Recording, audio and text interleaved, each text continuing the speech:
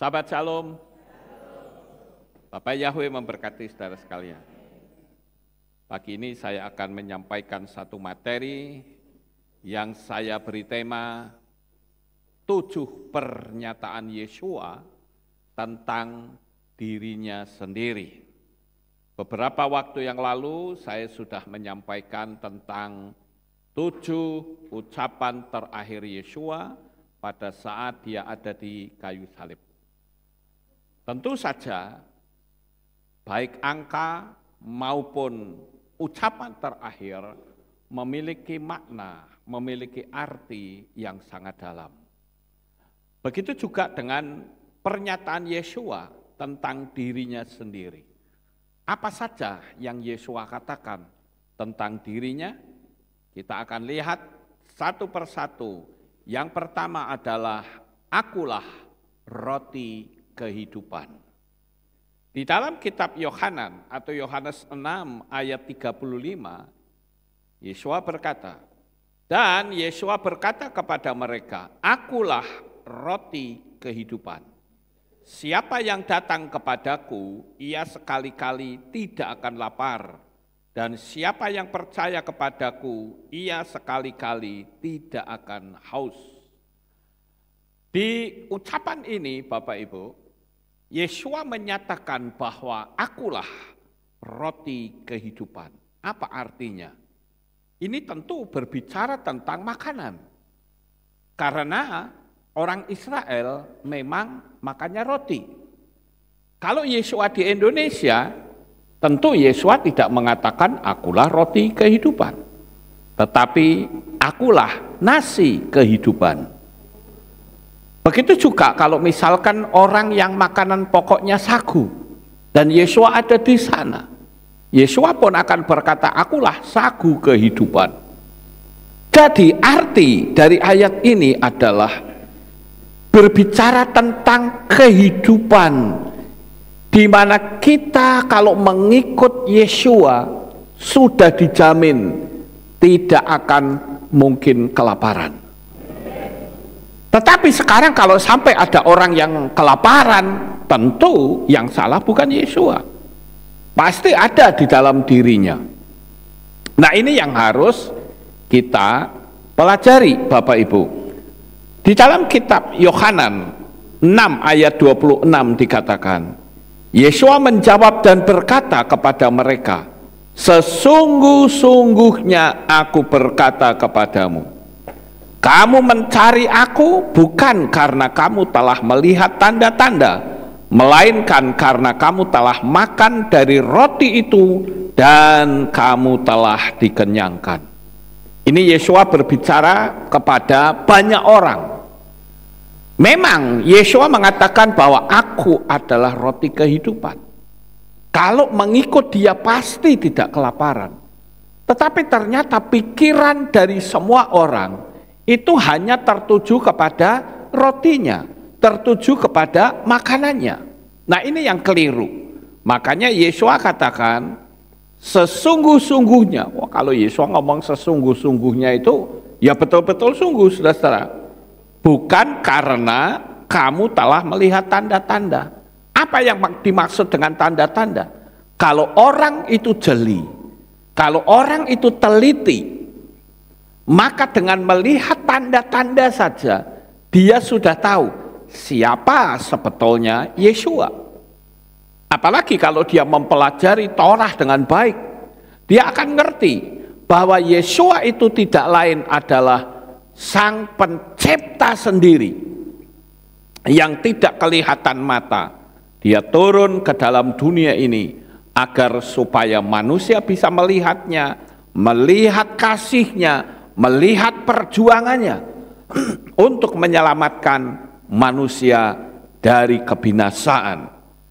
Nah, orang-orang yang ikut Yeshua yang hanya karena makanan, karena kebutuhan sehari-hari, sekali waktu mereka pasti akan kecewa saat dibawa masuk ke pola pendidikan. Ini yang tidak akan mereka mampu, saudara.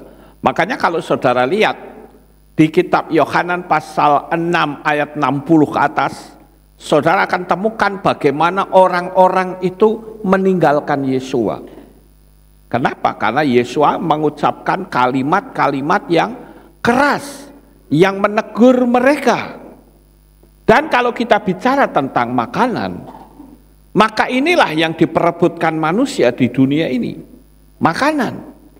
Demi untuk makanan, manusia bisa saling menghancurkan, manusia bisa saling membunuh. Oleh karena itu, mari kita bersama-sama mengandalkan Tuhan, agar supaya ucapan Yesua ini bisa terjadi di dalam kehidupan kita semuanya, dan kita tidak punya masalah dengan makanan. Kenapa? Karena Tuhan mencukupi kita semua. Amen. Saya mau tanya, kira-kira sampai hari ini siapa yang merasa hidupnya dicukupi oleh Tuhan? Angkat tangan. Waduh, semua. Haleluya.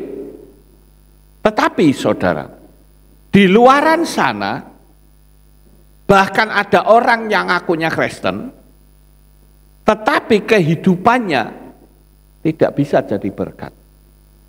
Mereka datang minta ke sana kemari. Lalu apakah itu bisa jadi iman, saudara? Tidak akan bisa. Ada satu orang yang selalu WA saya nggak perlu sebut namanya, dia masih ayunan, dan dia tunjukkan begitu banyak ayat dan foto-foto tentang kondisi keadaan dia. Hampir tiap hari, bahkan setiap hari, sampai hari ini. Setiap kali saya membaca, saya sangat tidak sejahtera. Karena yang diceritakan itu hanya negatif melulu tentang dirinya.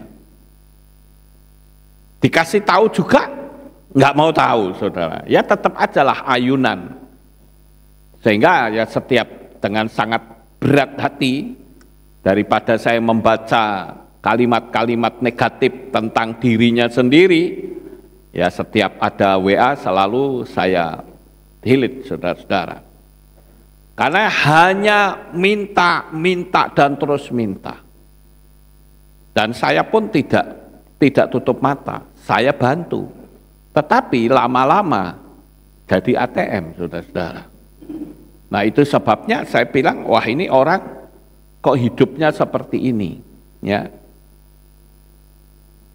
Dan kalau kita perhatikan, Yesua itu bukan cuma mengatakan dirinya sebagai roti hidup, saudara. Tetapi dia juga mengatakan, akulah air kehidupan. Barang siapa minum, kamu tidak akan haus lagi. Ini adalah saat Yesua sekali waktu berjumpa dengan perempuan Samaria yang sedang ambil air. Dan Yesua menguji hati perempuan itu. Yesua minta minum, dan ternyata perempuan itu mengatakan, kenapa sih kok kamu orang Yahudi kok mau minta minum sama orang Samaria? Karena memang orang Yahudi tidak mau bergaul dengan orang Samaria. Tetapi Yesua mau, Bapak Ibu. Nah, di situ Yesua berkata bahwa akulah air kehidupan. Barang siapa kamu minum air daripadaku, tidak akan haus lagi. Lalu perempuan ini berkata apa? Tuhan, sumur ini dalam, sedang kamu tidak punya timba. Untuk mengambil air itu harus ada alat. Nah disinilah Bapak Ibu, Yesua tunjukkan kalau kamu minum daripadaku, kamu tidak akan haus lagi. Ada begitu banyak orang di luar sana sebetulnya sedang haus dan lapar akan firman Tuhan. Tapi mereka tidak tahu agama apa sebetulnya yang bisa menyelamatkan. Dan saya katakan, tidak ada satu agama apapun di dunia ini yang bisa menyelamatkan kecuali Yeshua HaMashiach. Darahnya Yesua, itulah yang menyelamatkan. Saya berkata kepada seseorang yang telah meninggalkan Bapak Yahweh dan Yesua, saya katakan, kamu kembali. Karena kalau kamu tidak kembali, kamu akan binasa. Apa yang bisa menyelamatkan manusia? Karena Torah itu selalu berbicara tentang pengorbanan darah. Darah siapa yang bisa menyelamatkan? Saya beritakan kembali kebenaran firman Tuhan. Perkara dia terima atau tidak, bukan urusan kita. Yang penting kita sudah memberitakan. Nah, sekali lagi saudara, kalau kita datang kepada Tuhan hanya karena makanan, sekali waktu ketika kita dibenturkan dengan masalah makanan, kita pasti akan murtad. Saya nggak punya apa-apa. Ketika mendapat teguran, teguran ini keras. Pokoknya maunya aku hidup tuh dienakkan, sudah karep-karepe. Nggak bisa begitu, saudara. Di dalam kehidupan tuh ada aturan, apalagi saat kita mengikut Tuhan. Makanya kalau saudara baca di dalam Yohanan pasal 6 ayat 60, 61, Yesua menegur banyak orang. Dan apa mereka katakan? Sebab itu setelah mendengarkannya, banyak dari antara para muridnya berkata, perkataan ini keras, siapa yang sanggup mendengarkannya? Dan Yesua berkata, ketika mengetahui dalam dirinya bahwa murid-muridnya bersungut-sungut mengenai hal itu, dia berkata kepada mereka, apakah ini membuat kamu tersandung? Ini statusnya sudah murid loh saudara. Itu pun bisa kecewa. Kenapa? Karena dia mencari Yesua itu hanya karena masalah makanan. Memang tidak salah sih kita datang kepada Tuhan supaya hidup kita dicukupi. Oh pasti dicukupi. Bahkan Tuhan bisa kasih lebih kepada kita. Tetapi bukan itu loh tujuan utamanya saudara. Tujuan utamanya adalah kita bisa memuliakan Tuhan karena Dia memberikan keselamatan kepada kita. Sekarang kita lihat yang kedua. Yesua katakan, akulah terang dunia. Di dalam kitab Yohanan 8 ayat 12. Selanjutnya Yesua berkata lagi kepada mereka dengan mengatakan, aku adalah terang dunia. Siapa yang mengikut kepadaku, ia sekali-kali tidak akan berjalan dalam kegelapan, melainkan yang mempunyai terang kehidupan. Saya sering mendengar ungkapan orang yang nampaknya kalimatnya bagus, bernuansa puitis, dengan berkata begini, Tuhan, jadikanlah aku lilin-lilin kecil untuk menerangi dunia. Pernah dengar kalimat itu? Sering di mana-mana, ya. Tapi sebetulnya kalimat itu salah, saudara. Bagaimana mungkin lilin bisa menerangi dunia? Enggak bisa. Mungkin satu ruangan ini saja enggak sepenuhnya bisa. Karena lilin, harusnya kita berkata, jadilah aku obor-obor. Itu pun belum cukup, saudara. Kita, kalau saudara lihat obor dengan lampu petromak masih cahayanya terang mana? Terang lampu petromak. Sekarang sudah lebih canggih lagi, yaitu dengan apa? Senter. Ya, senter dengan super bright long range itu ada 100.000 ansilumen. Ya. Ini tajam sekali. Nah, itu yang akan membuat cahayanya menjadi nyata, saudara. Di dalam kitab Yohanan 18 ayat 20, Yesua menjawab kepadanya, aku berbicara dengan terang-terangan kepada dunia.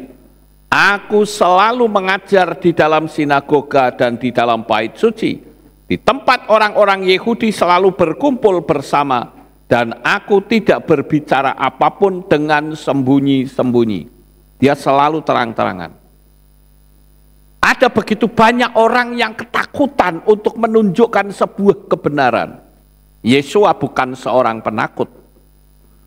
Apakah saudara pikir ketika Yesua ada di Taman Getsemani, Saat mau teraniaya itu Yesua takut sampai peluknya menetes-netes karena takut sebentar akan dihajar tentara Romawi? Tidak. Yang ditakutkan Yesua bukan cambuknya orang Romawi. Yang ditakutkan bukan tombaknya, bukan siksaannya, bukan dipermalukannya. Tetapi yang ditakutkan Yesua adalah saat Bapa meninggalkan dia. Itulah peran Yesua sebagai manusia. Konsekuensi dari sebuah dosa, maka dia ditinggal oleh Bapa. Itu yang paling ditakutkan. Saat Yesua minum cawan murka Elohim, secara manusia Yesua takut. Makanya dalam doanya berkata, Bapa, jikalau mungkin lalukan cawan ini daripadaku, tetapi bukan kehendakku, tetapi kehendakmu lah yang jadi. Dia minum cawan itu. Dan saudara tahu, cawan murka Elohim yang dia minum, itu adalah konsekuensi di dalam tubuh Yesua yang suci, itu mendadak sontak penuh dengan dosa. Bukan dosanya Yesua, tetapi dosa seisi dunia ditanggung oleh Yesua. Dan Yesua berperan sebagai manusia menggantikan kita semua. Dan dia menang saat di kayu salib, sampai terakhir dia berkata, sudah selesai. Nah itu yang perlu kita contoh, saudara. Kebenaran yang harus disampaikan apapun resikonya. Kenapa? Karena dia, Yesua itu adalah sumber terang. Dan di dalam dia juga ada terang. Seindah apapun rumah, kalau tidak ada penerangannya, pasti kalau malam terasa nggak nyaman, saudara. Maka saya katakan, saudara hidup zaman sekarang itu lebih nyaman dari zamannya Salomo. Paham nggak Bapak Ibu? Salomo belum ada listrik zaman itu. Jadi kalau malam ya istana semegah apapun isinya obor-obor di mana-mana. Nggak ada lampu LED zaman itu. Jadi kita hidup sebetulnya lebih enak. Kita mau pergi kemana-mana juga bisa naik pesawat. Lah zaman dulu naik apa? Naik dokar, saudara, naik kuda. Sekarang kita jauh lebih enak ya. Dan Yesua katakan bahwa bukan cuman dia yang menjadi terang dunia, tetapi kita semua. Matius 5 ayat 14 dikatakan, kamu adalah terang dunia. Sebuah kota yang terletak di atas gunung tidaklah mungkin disembunyikan. Jadi kita itu terang-terangan. Ngapain kita takut, saudara? Kalau kita ngerti kebenaran, sampaikan kebenaran. Bahwa di dalam nama Yesua ada jaminan keselamatan. Kita bisa jadi terang untuk memberikan cahaya dalam kegelapan. Yesua itu terang dunia. Dan kalau saudara lihat menorah, ya, menorah itu satu-satunya penerang yang ada di ruang kudus. Semua gelap karena ruang kudus sudah tertutup. Satu-satunya penerang adalah menorah. Makanya menorah itu cabangnya ada 7. Sama seperti nama Yesua. Itu kepalanya 7. Yod, Shin, Waw, Ayin. Yod itu 1. Shin itu 3. Waw itu 1. Ayin itu 2. Kepalanya 7. Makanya kita memanggil nama Tuhan itu adalah Yesua, saudara. Karena Yesua satu-satunya sumber penerang. Bukan cuma di bait suci, bahkan di seluruh dunia. Satu-satunya penerangnya adalah Yesua. Dia katakan, Ani or ha olam. Aku adalah terang dunia. Nah, ucapan Yesua itu sebetulnya menggenapi kitab Yesaya pasal 9 ayat 1 dikatakan, Bangsa yang berjalan dalam kegelapan telah melihat terang yang besar. Mereka yang berdiam di tanah bayangan kematian, terang telah bersinar atas mereka. Yeshua itu adalah terang dunia. Tapi kalimat ini nggak boleh dipelintir ya saudara. Nanti kalau dipelintir jadi tidak baik. Karena dia bisa mengatakan begini, terang itu kan Lucifer. Jadi kalau begitu berarti Yeshua Lucifer. Nah itu dipelintir namanya saudara. Memang terang atau cahaya itu adalah Lucy. Lucy itu cahaya saudara. Jadi kalau ada orang yang bernama Lucy itu artinya cahaya. Tapi jangan saudara pelintir bahwa Yeshua itu adalah Lucifer. Tidak, dia sumber cahaya. Ya. Kemudian yang berikutnya, yang ketiga. Akulah pintu. Di dalam Yohanes atau Yohanan 10 ayat 9 dikatakan, akulah pintu. Jika seseorang masuk melalui aku, ia akan diselamatkan. Dan dia akan masuk dan akan keluar dan akan menemukan padang rumput. Jadi di sini kita melihat bahwa keselamatan tidak ada di dalam nama siapapun, karena pintu untuk masuk ke Shamayim hanya melalui Yeshua HaMashiach. Tanpa dia mustahil. Saya mau tanya, siapakah manusia di dunia ini yang disebut orang suci, yang tidak bisa berbuat dosa? Tidak ada. Semua orang saja sudah keturunan orang berdosa. Darahnya tidak bisa menghapus dosa. Tetapi Yeshua itu adalah sang pencipta sendiri, yang tidak ada noda dosa sama sekali.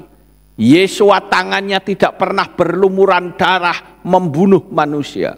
Yang dia lakukan justru menghidupkan manusia. Jadi saya katakan pintunya hanya satu untuk sampai ke Shamayim, yaitu Yeshua HaMashiach. Kalau kita mempelajari saudara, di dalam kitab suci Yeshua pernah mengatakan bahwa pintu itu ada dua macam. Ada pintu yang lebar dan ada pintu yang sempit. Nah Yeshua itu pintu yang sempit, saudara. Saya bacakan ya, Matius 7 atau Matius 7 ayat 13-14. Masuklah melalui gerbang yang sempit, karena lebarlah gerbang dan lapanglah jalan yang menuju kepada kebinasaan. Dan mereka yang masuk melaluinya adalah banyak. Sebab sempitlah gerbang dan sesaklah jalan yang menuju kepada kehidupan. Dan mereka yang mendapatkannya adalah sedikit. Pintu yang sesak itu adalah pintu yang tidak mudah dilalui. Pintu yang sesak itu artinya kita masuk kepada sebuah gerbang yang banyak aturannya. Kalau pintunya lebar, bebas, saudara mau apa silahkan. Bebas, saudara-saudara. Nah, segala sesuatu akan selalu berada dalam rule aturan dari Tuhan. Nah, kadang kita berhadapan dengan pintu yang tertutup.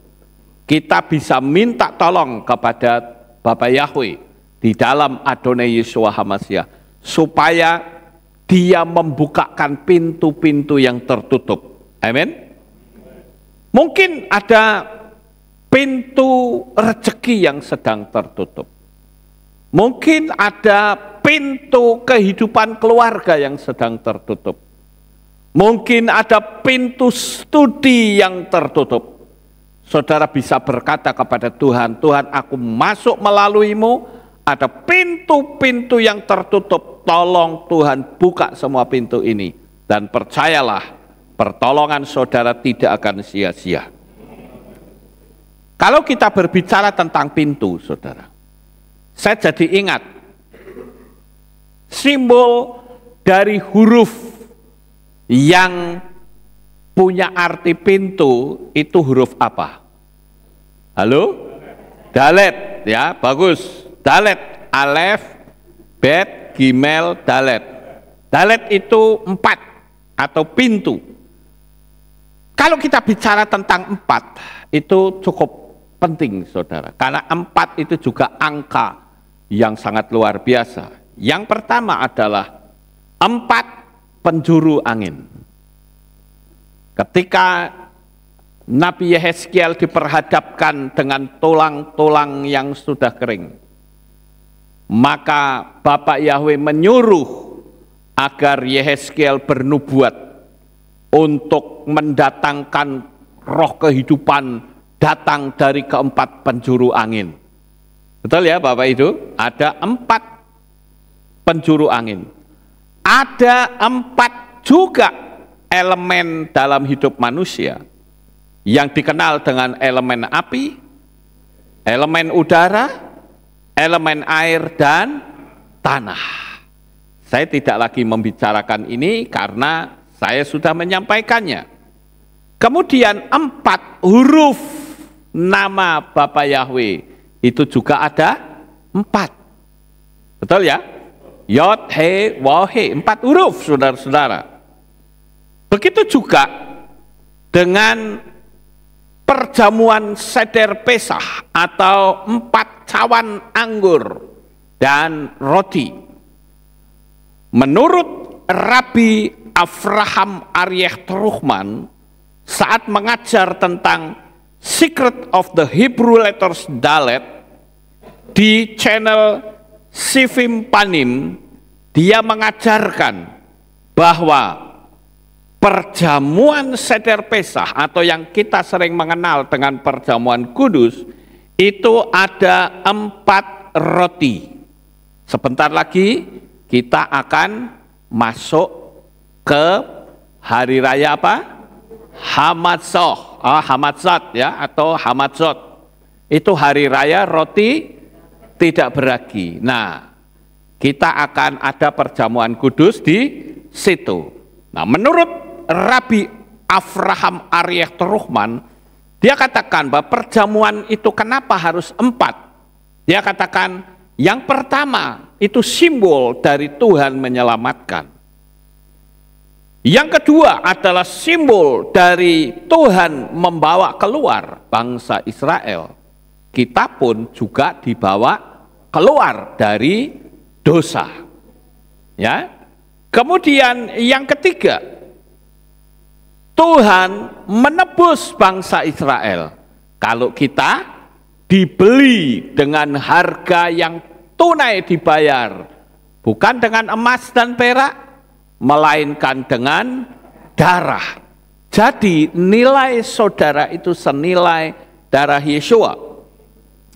Kemudian anggur yang keempat, yaitu Tuhan menjadikan kita semua yang ikut dalam perjamuan itu menjadi umatnya Bapa Yahweh. Nah, ini adalah apa yang disampaikan oleh Rabbi Avraham Aryeh Truchman di dalam pengajarannya tentang Secret of the Hebrew Letters Dalet di channel Sifim Panim. Ya. Kemudian yang berikutnya yaitu 4 dimensi. Untuk masuk ke dalam dunia alam supranatural, kita masuk yang dikenal dengan dimensi keempat, saudara. Dalet memiliki piktograf orang yang merunduk sebagai gambaran dari kerendahan hati. Orang-orang yang rendah hati, dia akan menerima semua pengajaran-pengajaran yang datang dari Tuhan. Sekalipun mungkin untuk dirinya sendiri nggak nyaman, saudara. Nggak boleh begini, nggak boleh begitu. Tetapi ya gimana lagi? Kita harus masuk ke pintu yang sempit, Bapak Ibu. Sekarang yang keempat. Akulah gembala yang baik. Di dalam kitab Yohanan 10 ayat 11 sampai 17 dikatakan, akulah gembala yang baik. Gembala yang baik mempertaruhkan jiwanya demi domba-domba itu. Namun orang upahan yang bukan pula seorang gembala, yang padanya tidak ada domba-domba miliknya, Ketika melihat serigala datang, maka dia meninggalkan domba-domba itu dan melarikan diri. Dan serigala itu menerkam domba-domba itu dan dia mencerai-beraikannya. Dan orang upahan itu melarikan diri karena dia adalah seorang upahan. Dan baginya dia tidak peduli akan domba-domba itu. Akulah gembala yang baik. Aku mengenal domba-dombaku dan aku dikenal oleh domba-dombaku. Sama seperti Bapa mengenal aku pun mengenal Bapa. Dan aku mempertaruhkan jiwaku demi domba-domba itu. Dan aku mempunyai domba-domba yang lain yang bukan berasal dari kandang ini. Seharusnya lah aku memimpin mereka juga, dan mereka akan mendengarkan suaraku dan akan menjadi satu kawanan, satu gembala. Sebab itulah Bapa mengasihi aku, karena aku mempertaruhkan jiwaku supaya aku dapat menerimanya kembali. Seorang gembala yang baik, dia akan mempertaruhkan nyawanya demi untuk keselamatan. Saya teringat pada waktu pertama kali saya panggil nama Yahweh. Semua orang mencemooh dan berkata, Pak Lukas itu gobloknya luar biasa. Lawang jemaat sudah enak-enak, jemaat sudah banyak kok dadak mau-maunya panggil nama Yahweh. Akhirnya ditinggal lari oleh jemaat. Saya jawab apa? Saya di sini bukan cari uang. Saya di sini adalah mau memberitakan keselamatan kepada jemaat yang Tuhan percayakan untuk berada dalam penggembalaanku. Jadi, kalau saya hidup makan dari uang jemaat, masa saya biarkan jemaat itu binasa? Betapa jahatnya saya. Perkara saya menyampaikan kebenaran dan orang lari meninggalkan, itu bukan urusan saya. Urusan saya adalah saya beritakan keselamatan dan saya katakan di atas muka bumi ini hanya ada satu pencipta yang bernama Yahweh. Dan Yahweh itu telah turun ke dalam dunia dalam wujud manusia, yaitulah Yeshua HaMashiach. Diterima syukur, tidak juga tidak apa-apa. Banyak loh teman-teman saya, langsung saya kasih tahu tentang keselamatan. Saya bilang kamu gembala loh. Gembala itu harus melindungi jemaat. Ya, artinya begini, kamu makan karena full time, kamu makan dari uang jemaat. Selamatkan mereka, jaga lindungi dalam doa, beritakan kebenaran. Tapi banyak yang berkata, saya tidak mau konyol seperti kamu, ditinggal lari oleh jemaat. Saya bilang, saya nggak urusan. Dengan berjalannya waktu, mereka pasti akan tahu bahwa apa yang saya sampaikan, nama Bapa Yahweh di dalam Yeshua HaMashiach, itu benar. Walaupun memakan waktu. Dan sampai hari ini kita sudah masuk ke tahun berapa? 24. Ya kan? 2024, karena saya panggil nama Yahweh tahun 2000. 24 tahun masih banyak orang yang tidak ngerti nama Yahweh. Itu kebangetan, saudara. Mungkin saudara berkata, oh ayat ini aman bagi saya. Oh tidak. Saudara pun bisa jadi gembala, menggembalakan keluargamu. Tapi saya seorang single parent, perempuan sendiri, engkau juga menjadi gembala untuk anak-anakmu. Kita semua adalah gembala yang harus menyatakan kebenaran kepada orang-orang yang Tuhan percayakan ada di dekat kita. Amin. Sekarang yang kelima, akulah kebangkitan dan hidup.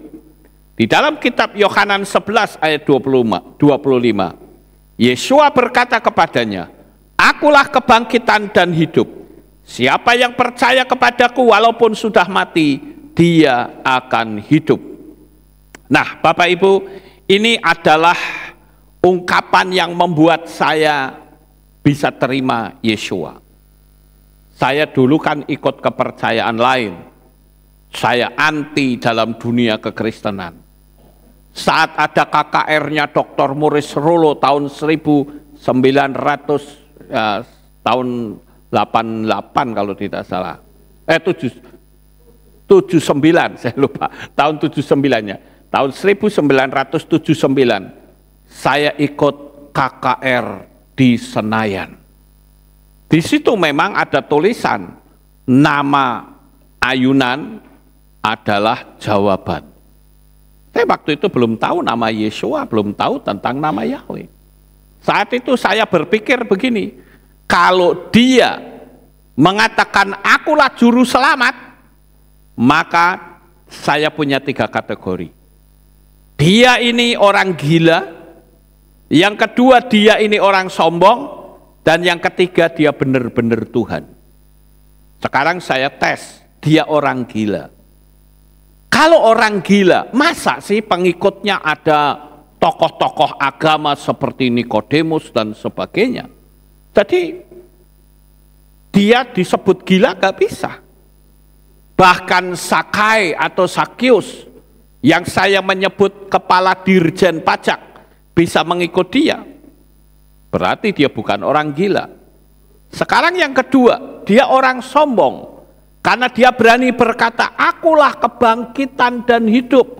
Akulah satu-satunya jalan kebenaran dan hidup. Bisa saja orang sombong seperti itu ngomongnya. Tetapi dia buktikan ketika dia mati pada hari yang ketiga dia bangkit kembali. Artinya apa? Kategori sebagai orang sombong juga gugur. Jadi tinggal satu, yaitu dia adalah benar-benar Tuhan sendiri. Bapa Yahweh yang turun ke dalam dunia ini. Amin. Ya. Sekarang yang keenam. Akulah jalan dan kebenaran dan hidup. Di dalam kitab Yohanan 14 ayat 6, ini ayat yang terkenal.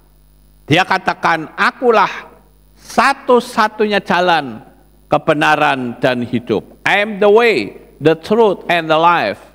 No one come to the Father except through me. Tidak seorang pun yang datang kepada Bapa kecuali melalui aku, saudara. Nah, keselamatan adalah bagian penting dalam kehidupan manusia. Semua agama di atas muka bumi, di seluruh dunia menawarkan keselamatan. Tetapi keselamatan yang seperti apa? Saya katakan tidak ada satupun yang bisa menyelamatkan, karena yang menawarkan itu adalah manusia yang belum pernah mati, yang tidak tahu ada apa di balik kematian. Tetapi keistimewaan Yeshua adalah dia pernah mati, jadi dia tahu ada apa di balik kematian. Yang kedua, Yeshua itu adalah si pemilik Shamayim sendiri. Kalau misalnya saya pergi ke Amerika atau ke Eropa, kemudian saya dituntun oleh saudara yang ada di sini, mungkin saya bisa nyasar kemana-mana. Tetapi berbeda kalau yang jadi kepala negara datang ke sini dan ngajak saya untuk jalan-jalan ke Amerika, saya pasti tidak akan tersesat. Minimal kesasar di Gedung Putih, kan begitu. Ya. Jadi kita sebagai anak-anak Bapa Yahweh percayalah bahwa ini adalah konsep dari keselamatan yang Tuhan sudah berikan kepada kita. Saya melihat di YouTube ada banyak sekali orang perang dari agama lain nyerang kita. Saya bilang orang imannya saja beda kok, ngapain kita layanin mereka? Ya kepleset, saudara. Apalagi kalau mereka menggunakan nama Arab disamakan dengan Yeshua. Enggak sama. Silsilahnya saja beda kok. Ya Bapak Ibu. Kemudian yang terakhir, yang ketujuh. Akulah pokok anggur yang benar. Di dalam kitab Yohanan 15 ayat 1-7. Akulah pokok anggur yang benar dan Bapakku adalah petaninya. Setiap ranting padaku yang tidak menghasilkan buah, dia membuangnya, dan setiap ranting yang menghasilkan buah, dia memangkasnya supaya menghasilkan lebih banyak buah. Kamu memang sudah bersih karena firman yang telah kukatakan kepadaku. Tinggallah di dalam aku dan aku di dalam kamu. Sama seperti ranting yang tidak dapat menghasilkan buah dari dirinya sendiri jika dia tidak tinggal di dalam pokok anggur, demikian pula kamu tidak dapat jika kamu tidak tinggal di dalam aku. Akulah pokok anggur dan kamu adalah ranting-rantingnya. Siapa yang tinggal di dalam aku dan aku di dalam dia, itu menghasilkan buah yang banyak. Karena tanpa aku, kamu tidak dapat melakukan apa-apa. Jika seseorang tidak tinggal di dalam aku, ia dibuang keluar seperti ranting itu dan dia menjadi kering. Dan mereka mengumpulkannya dan mereka melemparkannya ke dalam api dan dia dibakar. Jika kamu tinggal di dalam aku dan firmanku tinggal di dalam kamu, apa saja yang kamu ingini, kamu dapat memintanya, dan hal itu akan terjadi kepadamu. Poin ini berbicara tentang keterikatan atau kemelekatan pada pokok anggur yang benar. Perumpamaan ini juga berbicara tentang buah, saudara. Kita sebagai umat-umat Elohim, kita harus berbuah. Kalau kita bicara buah, ada dua macam. Ada buah asli dan buah palsu. Saya pernah terkecoh pada suatu hari saya pergi ke salah satu rumah teman, rumahnya bagus, di situ ada anggur, begitu banyak. Saya lihat ini kok ada anggur, ada pisang, ada banyak sekali ditaruh di sini. Wah, lalu saya coba untuk melihat, begitu saya lihat, loh, kok ternyata ini dari karet, saudara-saudara. Ya, saya pegang, oh benar dari karet. Pisangnya juga dari karet. Pinter dia bikin, saudara. Sampai secara kasat mata, saya hampir tidak mengenali kalau itu terbuat dari karet. Itulah yang dikenal dengan buah palsu. Nampaknya baik, tapi sebetulnya palsu, saudara. Tapi ada buah yang betul-betul asli buah, tapi sayang sekali tidak seperti pohonnya. Kalau pohon anggur itu pasti buahnya manis, tapi kalau buahnya itu asam, kecut sampai sininya sakit kalau makan, itu artinya apa? Buah yang beda dengan pohonnya. Kalau pohon anggur pasti manis, saudara-saudara. Tetapi kalau tidak sesuai dengan pohonnya, jelas itu bukan dari pohon yang benar.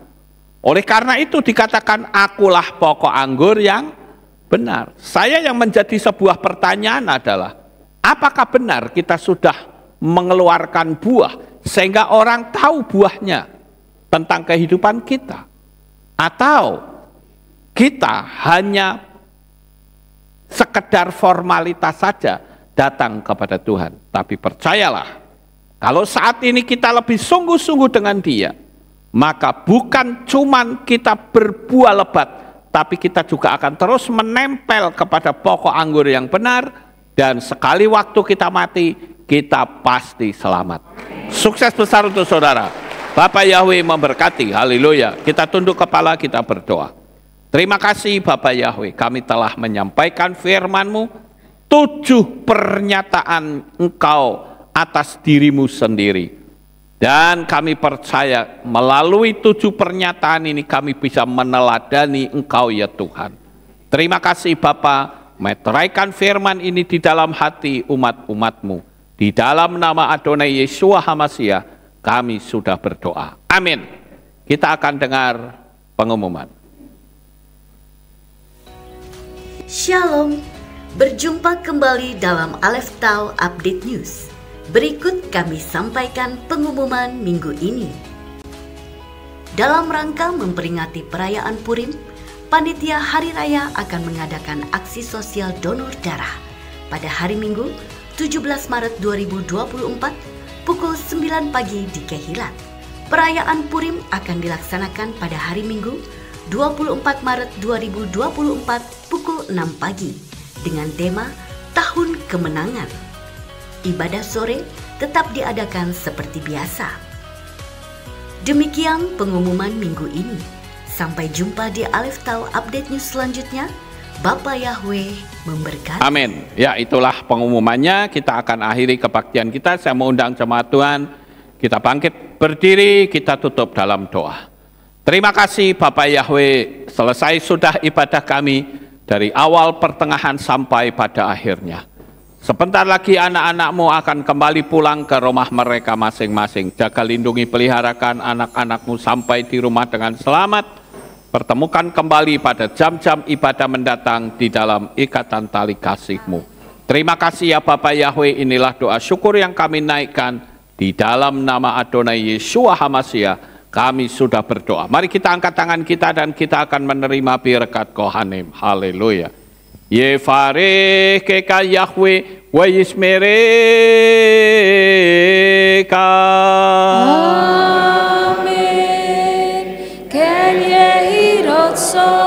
Yair Yahweh panau eleka wihuneka.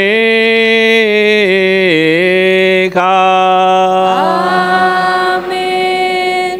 Ken yehirotso. Yesa Yahweh panau eleka wa yashem lecha shalom. Amin. Ken yehirotso. Baruk ataba ero faruk ataba saleh. Engkau akan diberkati di kota dan kau akan diberkati di ladang. Amin. Baruk peripit nih, kau friat matka ufri fahem teka syekar ala peka wa esterotzoneka. Diberkatilah buah kandunganmu, diberkati hasil bumimu, diberkati hasil ternakmu, anak-anak lembumu dan anak-anak dombamu. Amin. Baruk tanah kau misyarteka, diberkatilah pakulmu dan tempat adonanmu. Amin. Baruk ata boboy kau faruk ata betseteka, dan kau akan diberkati pada waktu kau masuk. Dan engkau akan diberkati pada waktu engkau keluar. Amin. Baruk ata Yahweh Elohenu melek haolam. Besem Yeshua HaMashiach Ruach HaKodesh kile olam faed. Kami sudah berdoa dan mengucap syukur. Haleluya.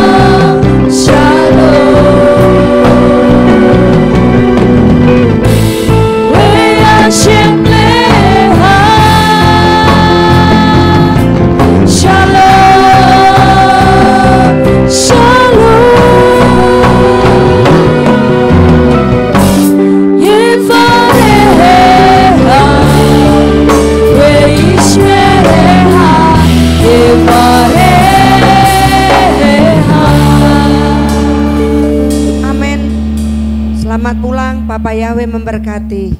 Selamat beraktivitas. Amin. Haleluya. Bapak Yahweh yang Maha Kuasa, terima kasih atas kehadiran Bapak Ibu Saudara sekalian dalam ibadah bersama kami di Kehilat Alef Tahu Magelang. Doa saya Bapak Yahweh memberkati dengan kesehatan yang sempurna, damai sejahtera dan berkat materi yang semakin melimpah. Kami menunggu kembali kehadiran Bapak Ibu Saudara sekalian pada jam yang tersedia. Hari Sabat jam 5 pagi, hari Minggu jam 6 pagi, hari Rabu jam 6 sore. Siap sedialah sebagai mempelai HaMashiach untuk menyambut kehadiran mempelai pria kita yaitu Adonai Yeshua HaMashiach di awan-awan yang permai. Amen lehitraot. Shalom, sampai jumpa kembali.